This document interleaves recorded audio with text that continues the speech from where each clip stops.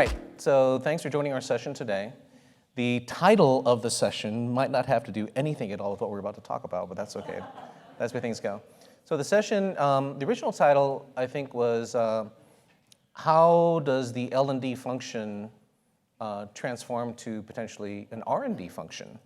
And so we met as a team beforehand in terms of what that really means, right? Is L&D the new R&D? And the more that we kind of built off this premise, this topic, the more we decided to really focus a lot more on, is the L&D function these days a dramatically different new function because of, you know, the post-pandemic effects, because of this thing called AI. What does AI mean again? AI, and a lot of other factors, macroeconomics, so on and so forth. So a big focus of today is to really talk about how the L&D function is really now in a brand new place. We have a new set of responsibilities, we have a new set of skills, we have new technologies, we have new demands from the business, ... For those of you that have been in this industry for some time, it's like now is kind of like a golden moment. Now it's like a sweet spot, right? Is it because of AI or not? We're trying to figure that out, I think, is most of the people that are attending this conference. But I think what's really interesting as well is we've all been dying to have, you know, a seat at the table. And I think because we have a new set of responsibilities from an L&D perspective, maybe we are the table now, right? Maybe the business is looking at our function, our responsibilities, our duties, our practices, our capabilities with a new light. So without further ado, that's really the background and the premise of this 39-ish minutes together. We're going to do like I'm going to introduce our phenomenal panel. And then without further ado, we're just going to jump straight into some surprise questions that we planted a week ago. But anyway, some surprise questions for folks in terms of just where are we and so forth. So without further ado, just really briefly, I'm going to start off at the end. Chris McCarthy is the CEO of Skillable. Welcome.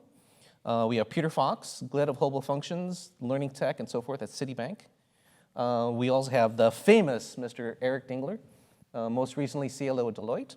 And then we have an equally famous Leah Belsky, who's the Chief Revenue Officer at Coursera. And I'm Marc Ramos, is most recently the CLO at Cornerstone, and before that was at Google and a variety of other places. So without further ado, I think we're going to start off with Eric. And Eric Dingler. Hello. Why don't you go ahead and give our audience a little bit background of you, but I'm going to load that with with a first question for you. Okay. So a little bit about you, and the first question is, Eric, how has L&D finally evolved into its current state? And what changes are happening now that you are most excited about? Happy to kick this off and jump in. So Eric Dingler, I retired 6 months ago from Deloitte after being CLO for almost 16 years, worked in a variety of talent development leadership roles before that. And I'm very passionate about this topic. So we're where we are today, I think, because of two fundamental reasons in our enterprises. First, because we were brought up in a certain educational system that we were told this is a standard of excellence. And so we brought a lot of those principles into what we do in enterprises. And I might hypothesize that it's not the standard of excellence we thought it was. The second is in our organizations, we sometimes are hamstrung by processes, technology, systems, cultures that take a long time to change, can be very costly. So we're stuck with trying to use what's there than being able to create what is ideal, okay? So we gotta live in that reality. But I think we are at this wonderful point in our profession where we can start doing things we've only dreamed of. I think things are changing in three fundamental ways. The first is around durable skills, or what I call enduring human capability skills. They are increasingly more important in the world we are. I like to surf. If you've ever watched great surfers, they pivot from wave to wave to wave. The professional of the future needs to be able to do that as well, across knowledge domains. It is those enduring human capabilities that will enable that. And that will help your organizations be more agile. The second is in how we deliver learning content. With generative AI now, technology, et cetera, we can deliver much more bite-sized pieces at the point of need. I call it the ability to do precision development at scale. How many of you have a managing difficult conversations course that you deliver in your organization? Yep, okay. 18, 24 months from now, you don't need that anymore. Because I think agents will be good enough. Well, you're talking with someone, it'll recognize the emotions of that person, look at what they're saying, it'll understand the history of your emails and your conversations, because it will have ingested that as well. And it will be able to say, Sammy's upset right now, stop, ask this question. And you'll do that, you'll see that you get an immediate impact. That's practice, low risk of failure, you see the impact. You're much more likely to remember it. You don't need that course.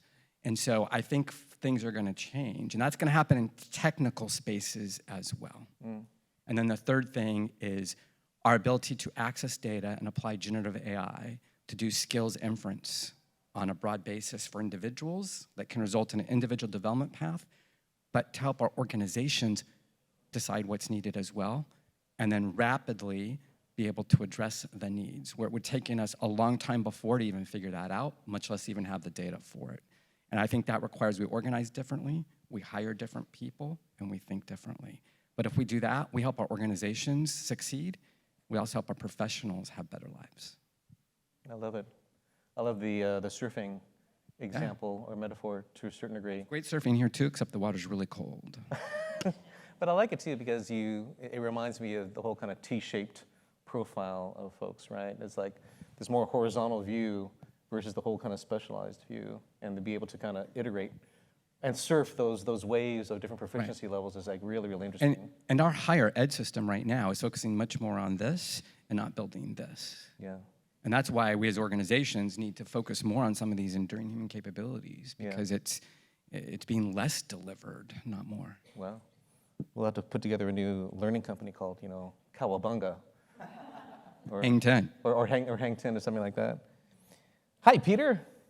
Hello. So good segue here. So Eric was talking, one of the things he commented is, the third piece is we're in a different state these days in terms of we have a whole new set of insights and information and data and contacts and ...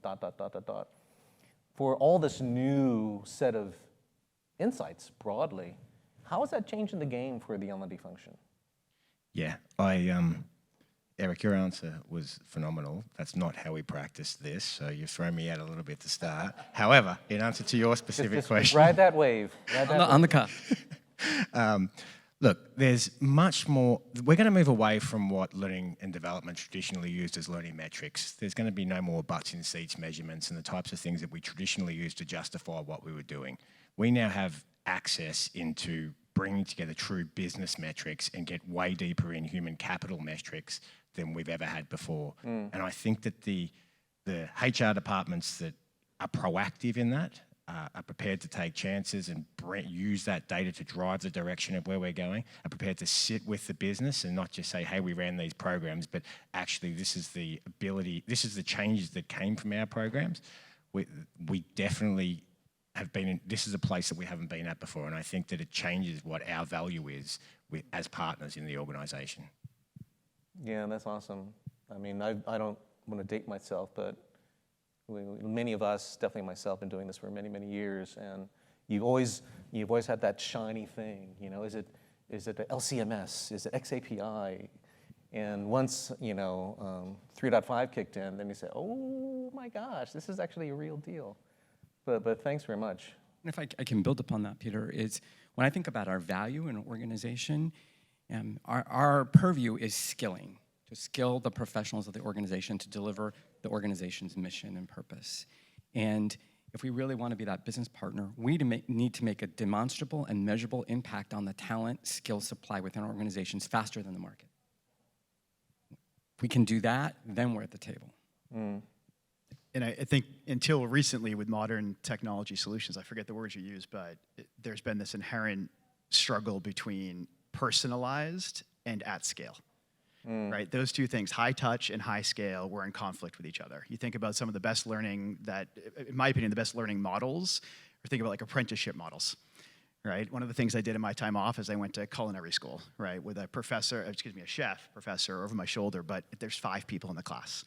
Right, you can only teach so many people that way, even though we know that is the right way to teach people. And I think now, is it with precision Precision development at scale. Precision development at scale. That's the future, right? Modern technology allows you to do both of those things, not sacrifice personalization and high touch for scale. And it's a dilemma. I mean, you know, for those of us in the room that have been working with big global programs, right? The big thing that you hear in terms of economies and scale and budgets is scale, scale, scale. But the more scale you gain, then the more bulk learning you're providing. And I like Costco, but if I want to go to the farmer's market and get a really nice heirloom tomato, I think I'm just going to consider that as well. Just thinking about the culinary. I'm trying to make some friendship here with the culinary piece. All right, Leah. You had such a phenomenal career at Coursera, and you're so, as a chief revenue officer, you are so in the middle of customer requirements, and on the production side, and you got the environmental side, then you got the macroeconomic side of, okay, so where you have to play and so forth. So whether it's your perspective, Leah, or Coursera's perspective, or your perspective of the industry, how do you see, well, I guess I can use the term AI more generic. How do you see AI really changing the game? I mean, there's obvious stuff that we've all been in every single dang session so far, and those two letters are popping up everywhere. But it's interesting, given the bulk of the phenomenal content you guys provide, how are you seeing it change your business model to a certain degree? Well, so just to start off, so, you know, all of us come here into various camps thinking about whether AI is overhyped or underhyped and where we're headed. I would say from my vantage point, I see like 3 sets of companies out there. There's the companies who very early, they were our clients, they saw the AI wave coming, they put their hands up and they're like, we're building a strategy, we're gonna rebake our products, we're gonna train our people, we're gonna figure out our regulatory frameworks, and they go. Then there's a set of companies who about like 6 months later, I would say last summer, were like, let's do some AI literacy.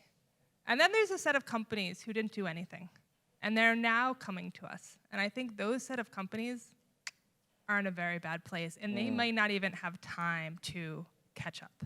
So, you know, what are we doing at Coursera? I think we are talking about this personalization topic that these guys brought up. I think we first have started to rethink all of our products from the ground up. So starting with something like translations. So in our budgets years ago, we would have millions of dollars that I'd have to justify every year to translate our courses for people like Novartis. This guy was from Novartis. And this year, we translate all our content, 21 different languages. We've got 80% increase in enrollments. Boom. Cost me very, very little.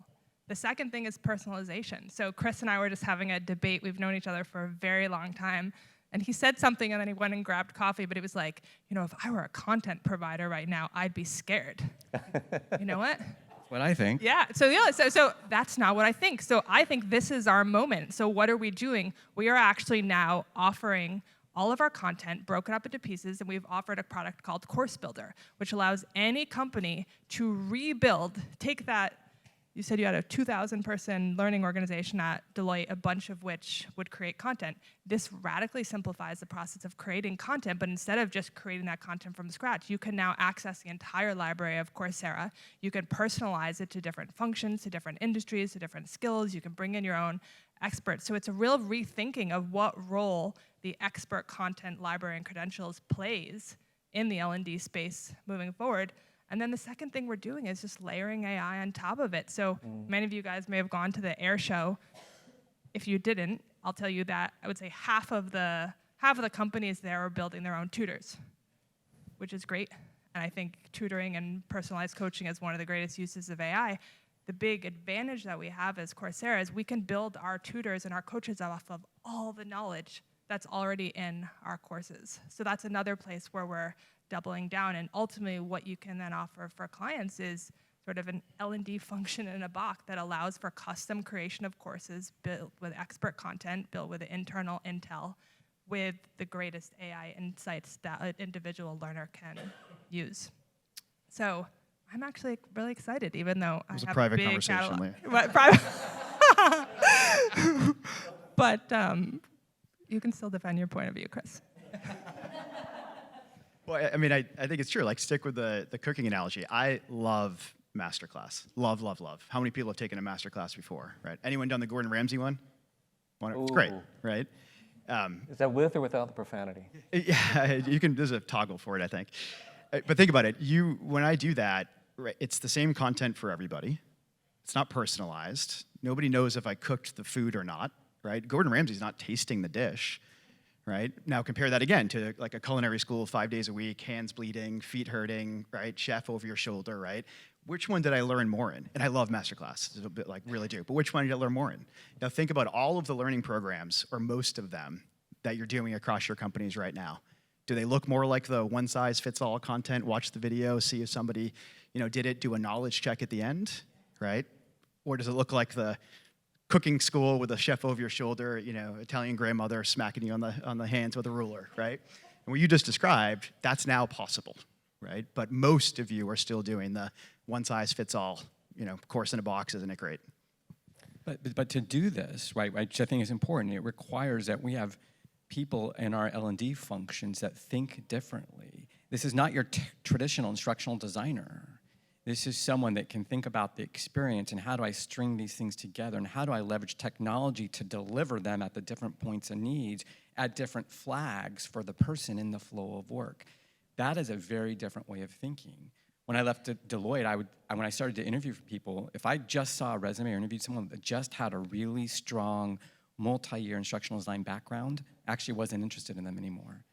I want to know their depth of data and analytics understanding. I wanted to know their depth of thinking about technology and how do they think about the process of someone's work when they think about ensuring they have the skills and capabilities to perform day in and day out.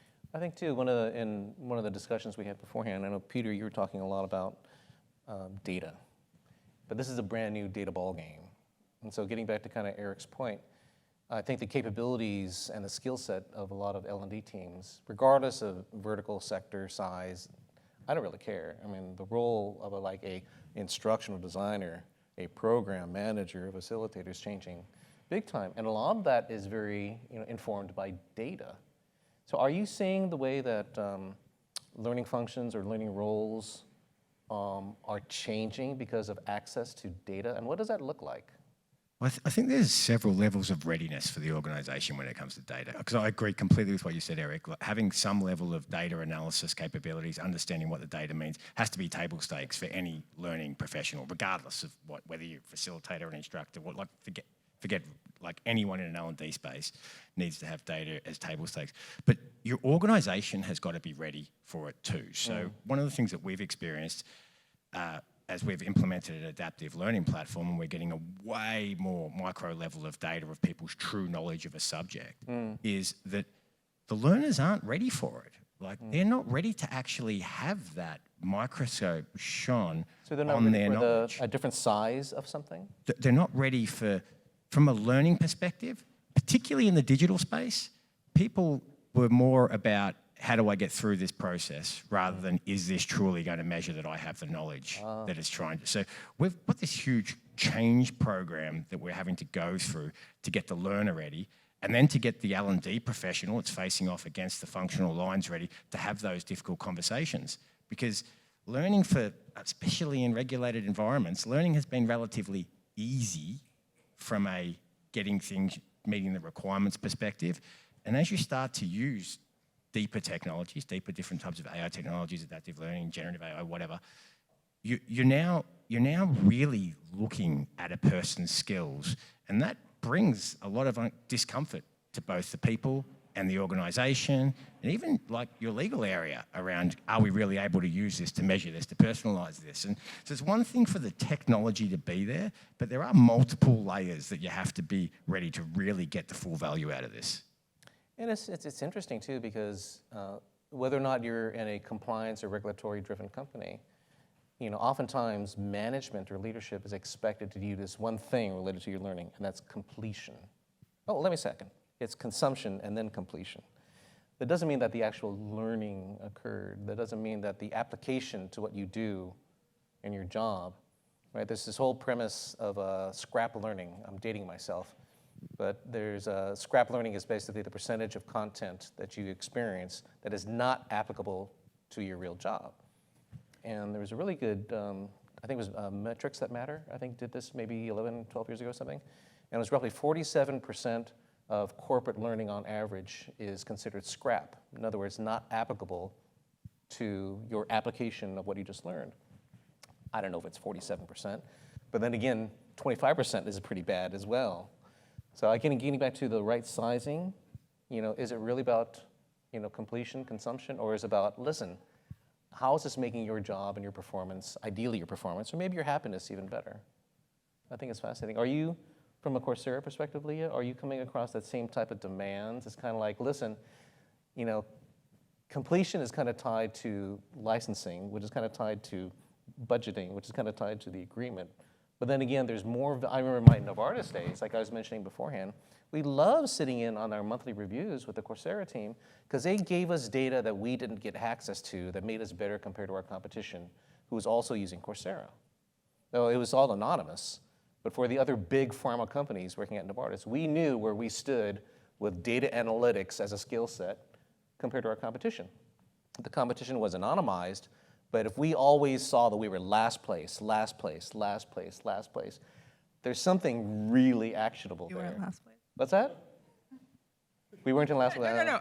Look, Things got better after I left, but anyway. I mean, we are so we're like laser focused on skill development, and it's for sure a lot of these AI features we're talking about are allowing us to give a clearer indication to the learner of what skills you need, how you're progressing, and at a company level, how a given company is performing relative to others. But I think what's striking is, we've each been talking about features, personalization, and labs, and the fear that comes with actually knowing that your company is measuring you. What I've been excited about is I think that this AI wave is creating a whole new opportunity for motivate people to learn. So just to give you some of the data, so we have right now every minute 4 new enrollments in AI courses on Coursera. And unlike during, say, the data transformation days, and that's how Coursera got started, we put these big computer science and data courses, which were really designed for target professions and then literacy courses. AI is relevant and accessible to everyone in a different way. And one of the most memorable moments for me in the past month was actually an internal event. So, as a learning company, we're trying to model what we're driving with our clients internally. We call it Customer Zero. And we did an exercise, and if you're interested in this prompt, I can send it to you, but it's basically imagine your future job role.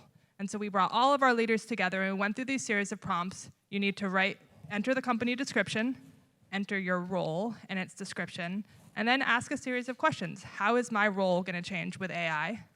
What might be better and worse about my role? What skills do I need to learn? How might this role be more satisfying? And at the end, write me a memo as a HR consultant about how I should think about my future role and career given this knowledge.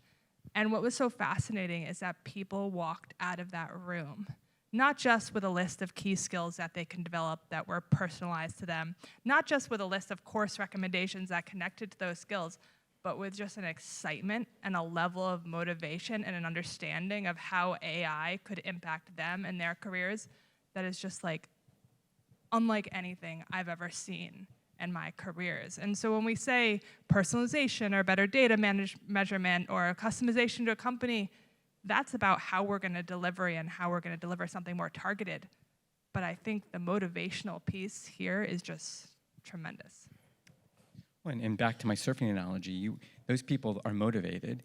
They swim, they surf more waves. That helps the organization surf more waves organizationally, right? And so it's, to me, we're in this phase where we can help individuals, and they can be better with their homes, their families, their communities, et cetera, and impact 100 million lives. At the same time, we can help our organizations. I think what's fascinating, so thank you, Leah and Eric. I think what's fascinating is what's old is new again. One of the things I like, Chris, about the Skillable model, you're bringing the whole thing, this antiquated thing called virtual live labs back. Is David Clark in the room? Anyway, David Clark, he was an old friend, and he was really advancing virtual live labs some time ago. Excuse me. But I love that model because at the end of the day, really good learning is being challenged and being allowed to do this thing called practice. Practice is such an antiquated, old. Where do you see AI in practice? Well, you should be seeing a lot more of it, in my opinion, but I love that model. Do you find that that's actually part of the true value that your customers and your prospects are seeing? For sure. Yeah. I mean, think about anything that you've learned in your personal life recently, right? Think whatever it is, how to play golf. I know there's at least one person in here who's learned how to play pickleball in the last year, right? Raise your hand. Fastest growing sport in America, in case you didn't know, pickleball. Everything we do, whether it's how to change a tire, swap out a toilet, play a sport, whatever it is, you learn in your personal life through real-time practice and feedback, right? And you get it wrong and you practice. Maybe someone's coaching you, maybe not, right? But then contrast that to everything that you learn in your professional life. It doesn't happen that way. Right? It's back to the themes that this panel's been hitting on. And so I think the biggest use case is when you are able to do that, when you have an environment in whatever form it is, right? Even small group or scalable, there's different use cases. One is you want to learn by doing it hands-on, right? Keep doing it and learn instead of reading a book or watching a video, right? Learn hands-on. Or you just want a safe space to practice something without fear of being judged or fear of like bringing down the production server, right? It's a safe space to actually practice it, but practice it not in a follow the recipe way, in a very dynamic way, right? Think about things like cybersecurity, right? You don't practice cybersecurity by following step by step, right? You need to be able to have someone attack and someone defend, right? Or here's a real virus, right? Find where the real virus is. And then the third piece of that, which kind of ties into the data piece that we're getting to, which is the validate. Right? How do you actually prove that you have the skill? And I've been at this conference, Leah and I were joking, for probably 12 years, and every year there's somebody new who says, oh, we can tell what skills somebody has, right? And nobody's really cracked it at scale. And the problem is because the only way to tell if someone can do that job and that company on that tech stack is to have them do it, have them prove they can do it, right? And I'll turn it over to someone else in a second, but my favorite things that's happening in the space is everyone follow what Microsoft is doing with Microsoft Applied Skills. So they announced it a few months ago. It's incredible. They've moved a 1 to 2 hour lab-based assessment to the front end of a transactable credential. So it's saying, come in, here's a bunch of skills on Microsoft software. You get dropped into this 2-hour lab with no guidance. If you can complete it, you will get a credential from Microsoft that you can transact on that says this person has proven they have this skill, right? And they want people to fail. They actually want people to fail because if everyone passes, it's not a valid measure. And they're doing it at scale, right? Moving performance in a hands-on, prove you can do it. Then you hire somebody, you move into a job, you wrote a ticket to them, you know they can do it, right? They didn't just take a course, they actually did it, right? When more companies start doing that, think of the efficiency we're going to see, not just learning, but talent mobility, recruiting, talent acquisition, across the board. I think in the past, people have thought with that use case you just said, in the past, at all these events, someone's going to crack this for everything and not actually thought about the domain-specific nuances that come with that. And that's why you can do it really well in the Skillable domain, but you're not going to pretend to be able to do it with cooking. And that's where I think there was like our thesis at one point was wrong for a lot of L&D departments. So we thought we're going to figure out one way to bring all these skills together, but it's not going to happen. So just a time check, we have about 11 minutes left, and we should consider this time together as time together. So if you have a question, just raise your hand. I don't know if we have mics to pass around, or I'm sure if you come from a large family like myself, there's this thing called screaming, which is kind of like normal. So whether or not you want to scream or come from a large family, if you have a question, please go ahead and raise your hand. Hi, I think I know you. Eric, when you mentioned you were going to hire somebody and they didn't have the foundational data skills, you didn't consider them. How do you reconcile that against the aptitude of somebody who could acquire it and you sort of rejected them from that pipeline?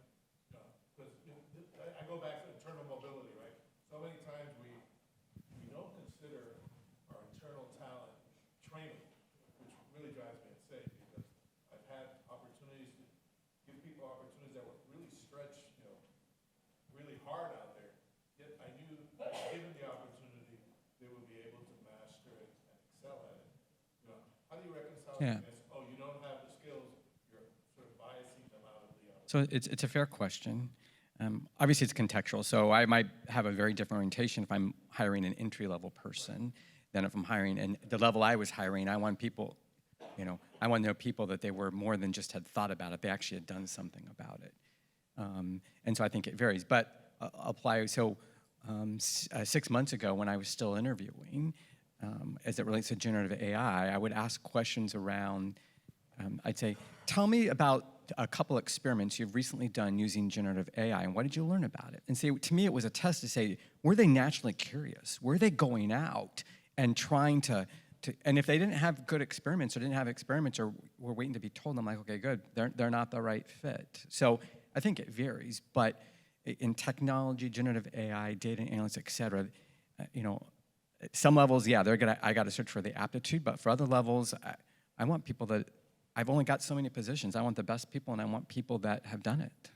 No, I agree. Something like generative AI, which came out 14 months ago, and somebody said, well, I want somebody with 4 years experience. No, you want to get it, exactly. No, but when I ask that question today versus 6 months ago, because my own thinking has evolved and my own experimentation has evolved, I would expect a richer answer today from someone than I would have gotten 6 months ago. And if they don't have a richer answer, that tells me they're not continuing to evolve. Great question. Another one? Yeah, I cut it on their private conversation when they talked about all the content providers that were dying, and I was like, so that could be us, and that sounds bad. And everything you talked about, I'm in the adult space, I'm thinking, I should get out now. We're all doing this, all you gotta do is get them into these companies. And I told him he was wrong. You don't need to get out. But if you did more for us, we would have to do less. So that's kind of my question, and it's twofold. One is around how do we get to the point where the learning outcomes and the taxonomy of the skills that we can agree on, so that when you've done some of these things, we can equitably come back and say, you did that, you deserve credit for them, you want this next degree. And specifically, like the way I think about it is, I want my person who's engaging with companies to be able to go in and talk a little bit in the L&D space, and how do we customize some specific learning you might want, so we can't hit you with the spoon while you're doing the cookie class, and it's custom, we can come in your house and do that. Well, there's that win, but it's also for us, it's the people that need to be upskilled, but the thing we do around upskilling and diversity is we do accreditation, we give degrees, and we give that piece of paper that says something right now. And part of that is to say, if you do some of this learning and development on the front end, then you want to hire them. Or you could, and I think it was such a great idea, like Microsoft saying, get through this, and then we hire you.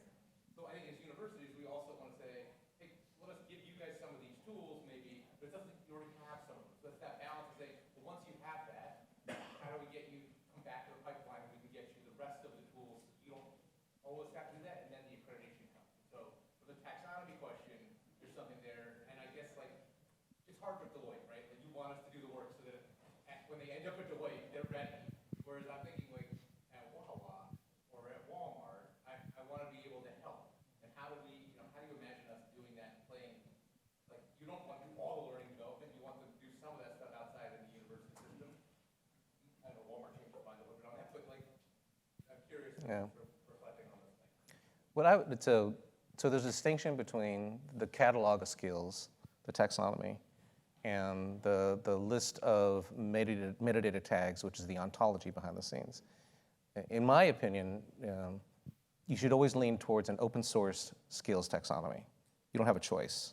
Anytime there's a proprietary essence containing and controlling the structure, and then the proficiency level and the behaviors required, whatever, you're going to get lost because you're going to be in somebody else's domain. But the data is the data is the data is the data. If you can control the metadata tags and know what they are, then you can control how the skills data flows between systems. And then at a higher level, then you control how the skills data flows into the programs, and then programs to the courses, courses to the content, yada, yada, yada. So that's just my personal opinion, but any other thoughts too? Taxonomy, ontology, skills. So I heard you ask two questions. One is about the taxonomy and how do we get to a unified taxonomy, and I'm going to punt that. But the other question you were asking is about what could be the ongoing relationship between universities and companies where people are going back and forth. And I would say that's one of the biggest things that we're trying to transform at Coursera. And it's about, one, we've invested in the credentials that universities don't offer now. So what are the emerging credentials in tech or project management or whatever it might be? And then how do we actually give those to universities so that they can transform from the inside and do all the things that universities do well. They bring students together, they create community, they create a high-touch learning environment, they create regional ecosystems where jobs and other things exist. But they don't necessarily have the industry learning that we have. So I think the future is about much more collaboration between industry and universities so that universities have a clearer idea about what the job outcomes are that companies want. And then companies give back. You know, companies are going to become major producers of cutting edge, personalized, all these amazing things that we're saying of this content. And there's no reason why this content then can become re-embedded in university curriculum. And I think that's a concrete step. The other thing I might add is I think there's an opportunity here for secondary education universities to really focus on what I don't know if I can't think of a better term, and it's in my head because of someone I heard yesterday, but liberal arts and really teaching people how to think. I recently had a niece, she was thinking about getting a degree in accounting, and I'm an accountant by background and trade, I have a CPA, and she asked me for my point of view, and I said no. I said, if I were you, I'd get a dual major in data analytics and philosophy, okay? And at Deloitte, before I left, we'd done several experiments. We were doing experiments where, in our accounting business, let's hire non-accounting grads, and we created what do we call it, auditing and accounting boot camp for non-accountants, where we'd put them through. We also did something in India where we created a boot camp to train so we could hire people with non-technology degrees. And we hired 9,000 of them in our first year and put them through a boot camp in 8 weeks. Don't think of this as your typical boot camp. It was state-of-the-art practice. And we were able to track that those professionals 6 months later were more chargeable and performing better than people we hired with technology degrees, right? So, you know, I think how we think about technical training is going to change, and what's core are those enduring human capabilities. I had a good chat with a company called Genesse. So Genesse is one of the largest education providers in Japan, and very, very successful. And they provide online learning support, K-12, higher ed, and into corporate. And they really want to go a lot deeper on the corporate side. And I think it's just really interesting, this whole tie towards, you know, pre-corporate life and then corporate life. And I found it interesting because one of their models is if we can help kids further gain their aspirations from grade 2, 3, 4, all the way up until corporate life without being creepy, that's really interesting. Right now we're not talking about so much the academic part, it's the aspirational, the dream aspects, I think, I think a lot of young adults need. Okay, 1 minute, 19 seconds. Is there any topic we should talk about that we haven't talked about? Or any question that's still lingering out there? Hi. I'm curious where company culture fits into this, because a lot of the things that you guys are talking about is awesome, but if there's not a culture of empowering employees to find their pathway and to really transform their attitudes and skills, it's not going to go anywhere. Totally. I think I touched on that at the start as well. Like, if you've got to get over, you can't have a culture where people are suspicious as to why you're going to measure them and assess them. But it's real. A lot of us have cultures where there's a lot of people suspicious because they conflate learning with being performance managed out of their role versus skills. And that's such a difficult nut to crack, to get a culture where people go, oh, I'm going to get better from this. I'm not going to be dinged from being bad at this. The other thing I'd say is, yes, culture absolutely is there. It's one of those things you've got to deal with. It's also not a reason to not experiment and not try, okay? And one of my philosophies as a leader is it's easier to harness existing energy than create new. So I'd always scan a system and say, where is there some energy I can harness? And then I'm going to go do a skunk works and let it grow from there. So, love what both of you just said, and I was going to say that I've had the luxury of working with hundreds of different companies around the world over the last decade, and what I can say is some of the most innovative companies are the ones that have the biggest structural and cultural barriers to doing it. folks like Citibank, right? Bank of America, big, highly secure organizations that have every reason, right, to not do stuff that's innovative, and they are the most innovative, right? So it's totally agree. There's no excuse to not take risks, but culture is absolutely a big factor. Leah, anything? I think culture is super important, and yet when it comes to AI training, it better be required, and it better be required fast. Good point. I'd also say that a company that I work with, one of their big fortified cultural attributes was to unleash the power of our people. That was literally verbatim. And it was a really interesting premise, because what they're basically saying is everybody in this company has something unique to contribute. So how dare the castle corporate get in the way of an individual's contribution? In fact, let's do the opposite. Let's find ways to unleash that expertise. And that changed everything from turning our content development model upside down, knowledge management scaled in different ways, the peer-based value of something from Johnny or Mary, and you name what city, it was kind of like, oh my gosh, Johnny and Mary is frickin' outstanding. I don't even know who these people are. And I've learned so much from that because we democratized, I hate that word, but we democratized that value. Talk about the opposite of hate. I love this panel. So thank you. We're out of time. Chris, Peter, Eric, Leah, thank you.